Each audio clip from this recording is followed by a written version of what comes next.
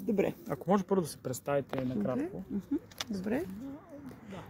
Здравейте, казвам се Светлана Войчек. Живея в Полша от 37 години.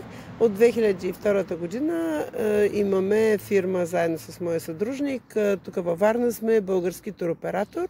Аз в Полша също съм и полски туроператор. Така че в България живея от май до края на септември месец и в Полша останалото време подписваме договори с нашите партньори.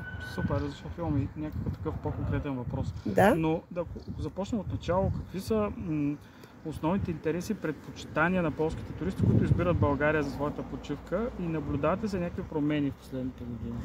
Да, до сега избираха почивки главно с хотели на All Inclusive и само край крайбрежието на България. Естествено, идвайки тук на почивка, използваха екскурзии, ходиха до Несебър, до Балчик и Калиакра, до Велико Търново по-рядко, защото все пак е по-дълъг пътя и когато идваш за една седмица, нямаш чак толкова време за да видиш всичко и естествено и да използваш плажовете. Каква е промяната? Много повече поляци идват със собствен транспорт, също купуват тук недвижими имоти, да. И затова има още по-голям наплив, мога да кажа, на полски туристи и вече и живущи поляци по части в България. А забелязвате ли различия между очакванията на полските туристи и това, което българските морски курорти предлагат като организация, като услуги? Тихо! Да, забелязвам. Това е, че полските граждани пътуват доста много из света и очакват, че когато идват в България, стандарта на хотелите ще бъде същия като стандарта и в другите райони на света, което не се получава. В последните години, особено след пандемията, се вижда занижаване на стандарта на българските хотели и естествено се понижава интереса на поляците към България, за съжаление. От 2 години се наблюдава и това се вижда и по резервациите за тази година са доста по-слаби, отколкото миналите години. Тоест, това свързано ли по някакъв начин? Свързвате ли го с, например, пандемията? Тоест, от 2 години? Не, абсолютно не. След пандемията, например, в Италия, в Испания, в Гърция не вдигаха, каквато и да беше инфлацията, не вдигаха специално цените на хотелите, но подобряваха стандарта, само и само да се възвърне туризъма в тези страни. В България, веднага след пандемията, се дигнаха цените драстично. Всяка година се дигат цените, но нямаме качество. Поради липса на персонал, качеството е на много ниско ниво. Ние като туроператори се стараем да привлечем полския турист на всяка цена, но като дойдат тук в хотелите, уви са разочаровани, защото не е на същото ниво или на отговарящото ниво. На отговарящото качество би трябвало да бъде и храната и чистотата, което де-факто от хотела това горе-долу се изисква. Също и отношението на персонала към туристите е съвсем друго. Преди години всички ни знаеха българите като приветливи, като гостоприемни, като много вежливи.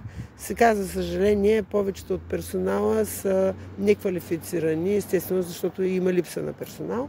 Са неквалифицирани работници, които даже понякога не им се иска и да се усмихне до туриста. Напротив, даже им ги обиждат, им крещят понякога. И това е, а те разбират. Все пак това е славянски език, който го разбират по-малко. А плюс това някой като ти крещи отсреща, ти разбираш, че не ти говори с добронамерено, нали така? С любов.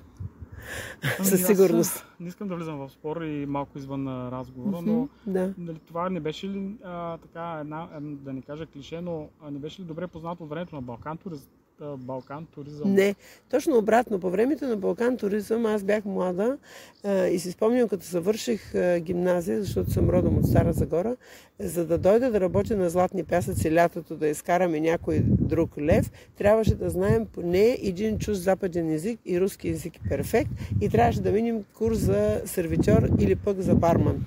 Сега това го няма и затова работници са служащи са неквалифицирани, по ресторантите се опитват с всякакви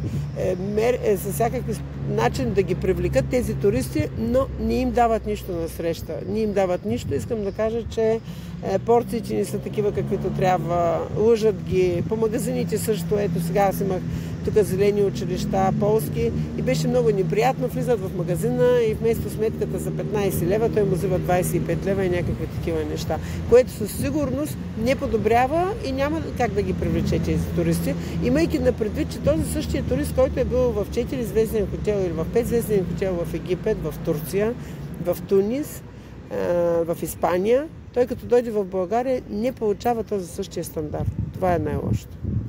И може няма да се върне, ако прави и тази по този начин, да.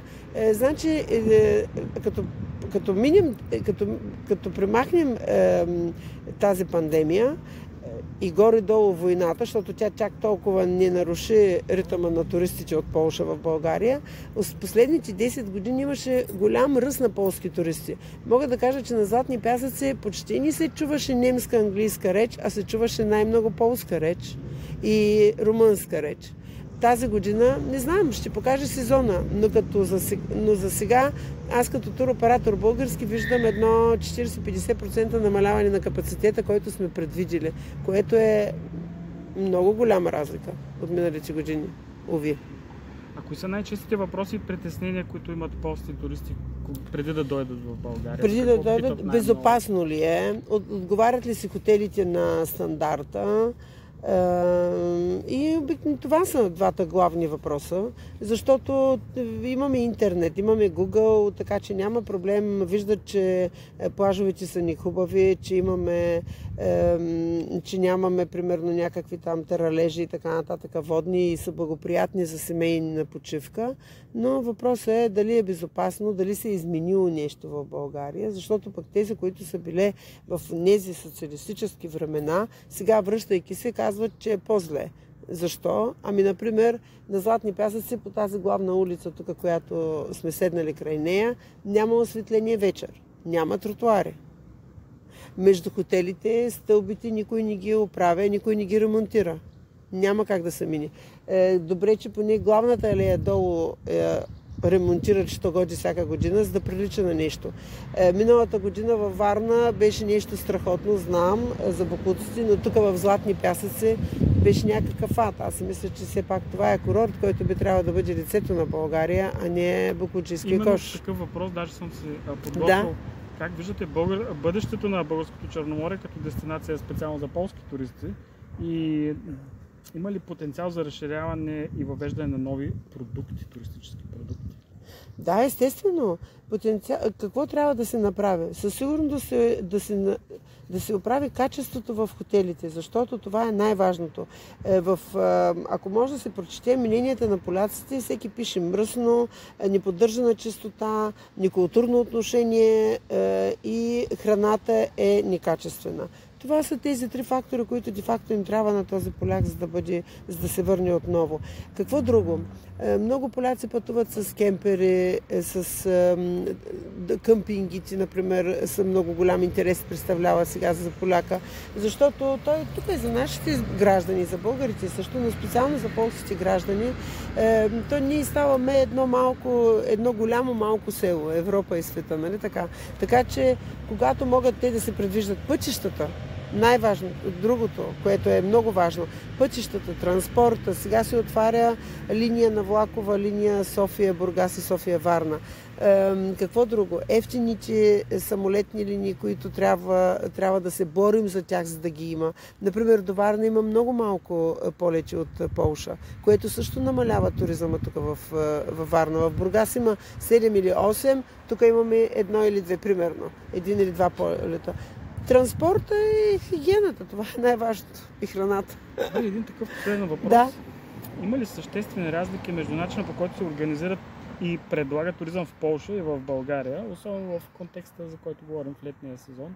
Казахте, че имате поглед и върху другата страна, т.е. в Полша.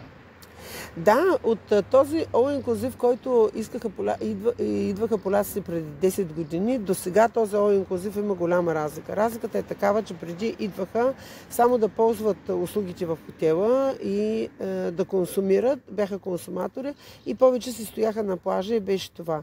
Сега поляците също са повече осведомени, искат да разглеждат, да видят нещо, да има разнообразие в това, което им предлагаме, като екскурзии, които посещават и до интереса, който можем да ги заинтересуваме, да им покажем и традициите и културата на България. Може би не ме разбрахте, да, предвид как се организира туризма в Полша, на местна почва, там как е организиран и това как е организиран тук. В смисъл в тази разлика туристическите оператори в Полша и туристическите оператори в България. В смисъл на организация, на услуги, продукти и така нататък. В смисъл, когато някой отиде да почива в Полша, да речем българин в Татрите, защото не съм сигурен къде. Да, примерно, или в Гдански, където да. Ми пак се връщаме до хотелската услуга. Там са просто на високо качество и транспорта, както казах. Да. Пак това остава. Това е важно. Сега, например, ето ще ви кажа един пример. Стараеха се много Министерството на туризма в Полша и в България. И имаме евтини самолетни линии до Вроцлав, до Краков и до Варшава, което увеличава транспорта и увеличава интереса към Полша. Разбирате ли?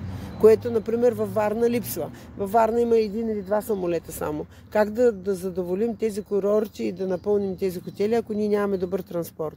С автобуси, окей, всичко е добре. В Румъния е пълно с ремонти и правят магистрали, при нас нищо не правят.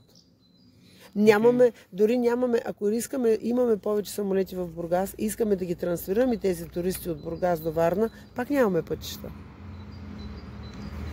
В принцип пътищата проблема е сериозен и за българите, нали? Смисъл, като цяло това е тежък проблем. Да, но той като целият